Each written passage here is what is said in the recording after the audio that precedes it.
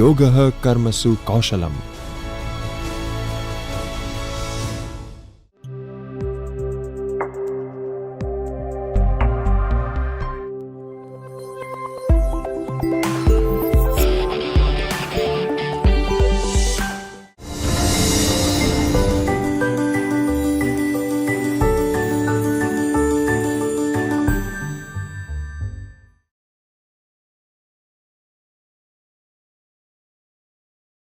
Now listening outside class. Recorded material. To acquire high-level proficiency in listening skills, considerable practice apart from listening to teacher is required. Earlier, students used to learn speaking and listening skills primarily from books.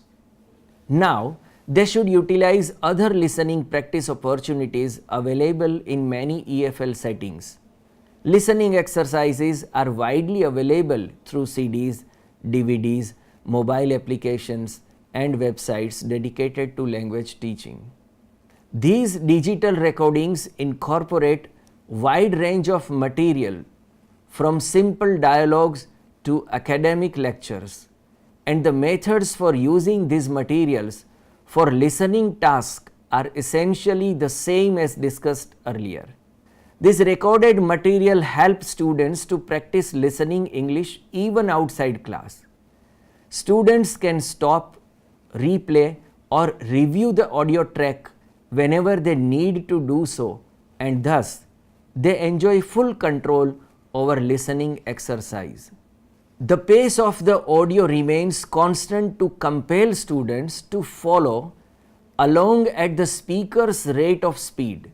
In short, listening to recordings is a good way to expose students to more rapid and natural speech. While listening to a recorded dialogue, story, or lecture, students can make listening activity more fruitful with the following approach. First of all, they should listen to the entire recorded passage once and try to get the broad outline of the picture.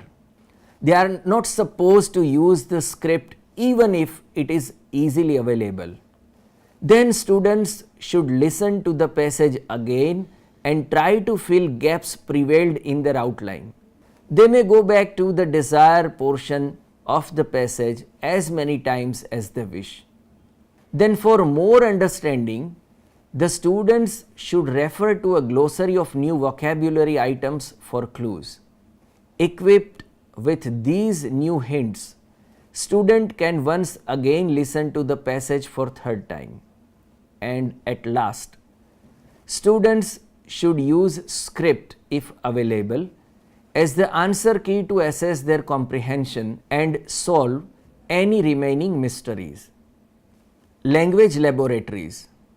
Language laboratories provide a place where students can work at their own pace on recordings of their own or the teacher's choice and get more practice than otherwise possible in a traditional classroom environment. Learners can record their own speech and playback it as many times they want. Teacher can intervene, control, and keep the track record of the learner's activity. Language laboratories promote independent learning and access to resources outside classroom. Now talk about radio programs. Radio broadcasts provide opportunities to hear English regularly. Voice of America and BBC World Service are very popular broadcasts audible in many countries. Even many non-English speaking nations like China, Japan and Russia, they also broadcast news programs in English.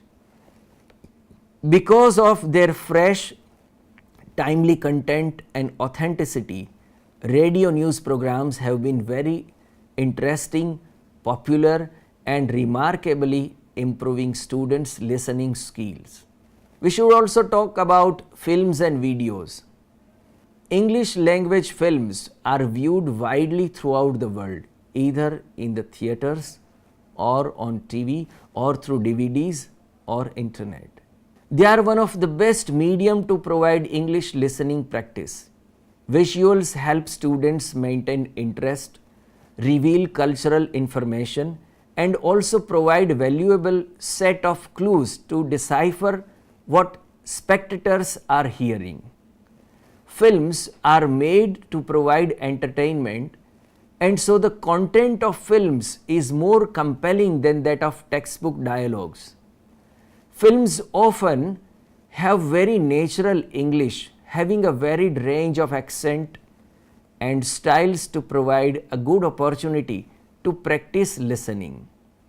While teaching English with films, you show a film in small segments so that students can watch each segment more than once and grasp all the necessary vocabulary. This approach makes the film easier to understand, especially for classes which are not yet ready to watch films in their entirety. In another approach, if you wish to show the film in its entirety, you should provide students with an introduction, a plot summary, a vocabulary list, and a list of comprehension questions.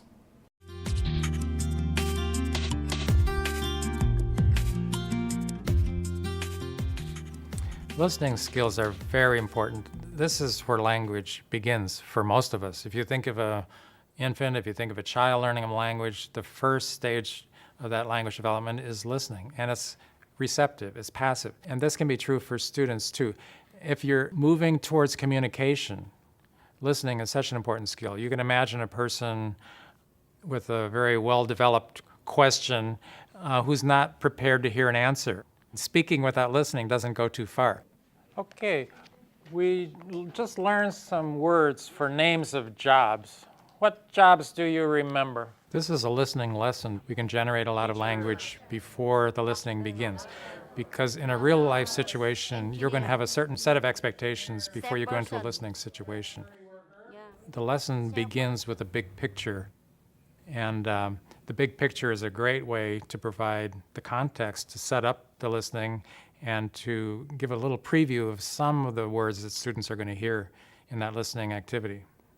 To set up the listening, we want to make a lot of references to the big picture. It's a vocabulary-rich kind of picture where there are all the occupations that we're going to be listening to, talking about. Who fixes the lights? You're pulling vocabulary, you're pulling pronunciation, you're pulling grammar structures out of the big picture. Electrician, huh? Electrician. Yeah. Who clears the tables? Busboy. A busboy. Mm-hmm. For our first listening activity, in a very non-threatening way, we want students to be able to understand the general sense of what's happening in this conversation or dialogue or story, whatever it is. We're going to listen to a tape. Listen. Circle the words you hear. You're not worried about listening for every word and understanding every word, but you are struggling to get the context and to get the general meaning and the general idea of what's going on. What did he do before? He was a construction worker.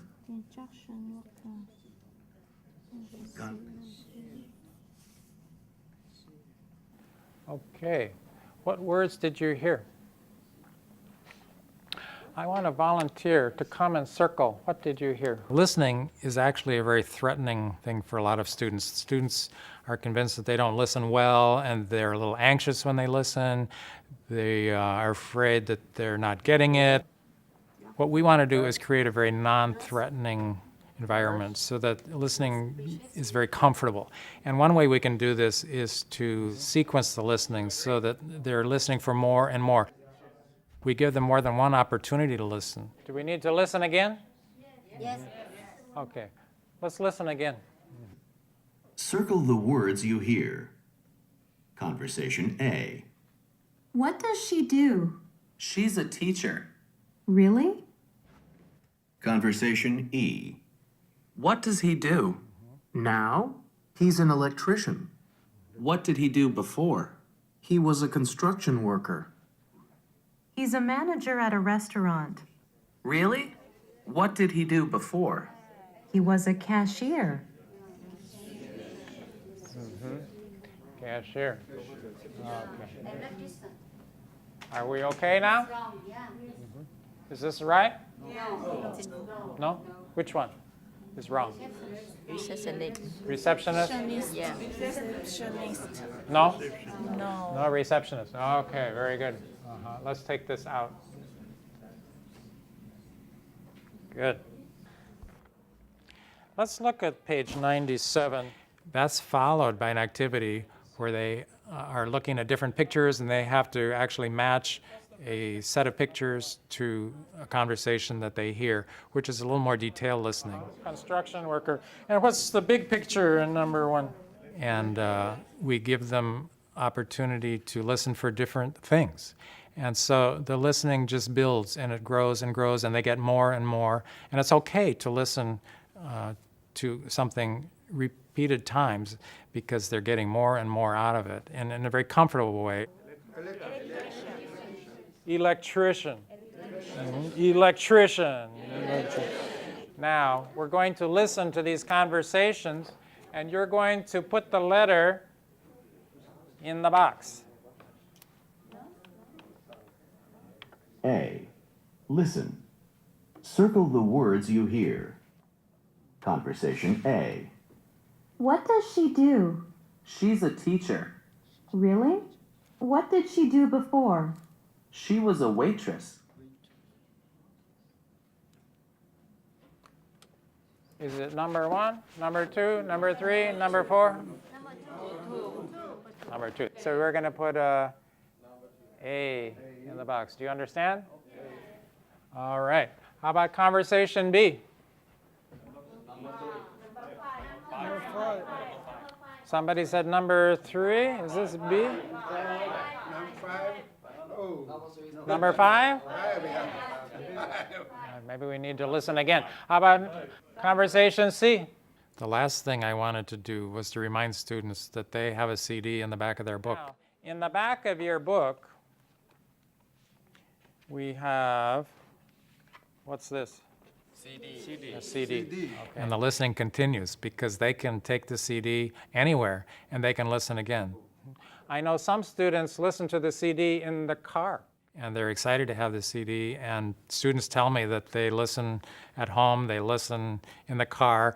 Students have told me they listen at work, hopefully at break time, and they're developing their listening skills and taking the initiative to work on these skills on their own. There's a certain logical progression in terms of steps for listening. And in my mind, I think of it as before you listen, and then follow-up listening. Listening is always a continuum, and we want to set up a listening task with a context. This is what I call before you listen. And then there's a listening task, which is often a listening for the gist. It's a general listening. And then it moves towards the more detailed, more specific listening, where they listen for specific things. And so there's a logical movement through the exercises.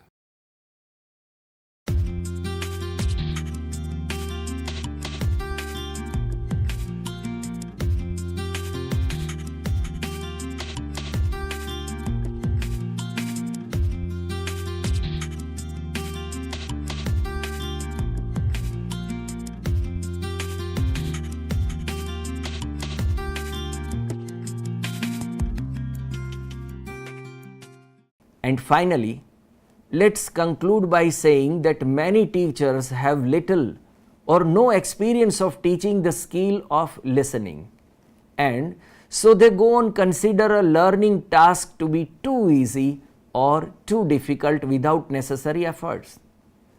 The teacher should precisely analyze and arrange the learner's efforts and support them regarding the task instruction, that is rubric, the task description, associated visuals if any, and or the text itself. Listening deserves more importance in teaching language skills than it currently enjoys, because a learner with excellent listening skills will be able to understand more and participate in conversation to a greater extent. And this greater fluency will lead to greater accuracy in using the language system. I think this module will inspire you to go further and try and find out innovative ways and practices to teach listening skills to your students. Wish you best of luck. I would like to thank Dr. Manka for such an interesting listening for all of us. Yes, I'm using the word listening because I was just listening to him and everywhere in my mind listening was going on. Friends, child from his birth starts listening. An infant starts listening. So when you make a sound, infant looks at you. From that day, we will listen to our family, society, that is, I'm talking about the area where you live, that society, maybe in your home, just neighboring your home. Then you go to school, college, there you listen a lot. Then you go to your professional places. Maybe you retire, then also you listen a lot at home. Maybe from your partners, maybe from your children, maybe from other people related to you. So really, listening is something which happens at every stage of life. But how to make this listening also effective? That Dr. Manka really talked in so beautiful way. I would like to thank Dr. Manka for such an interesting discussion on this. It's my pleasure. Sir, actually, we have 4 language skills. True. Reading, writing, listening and speaking. True. And they are divided into 2 categories, productive skill and receptive skill. Very true. So we produce language when we write or when we speak. Very true. We receive language when we listen to or when we read some pages. Very true. And you see, we have always focused on reading, speaking and writing.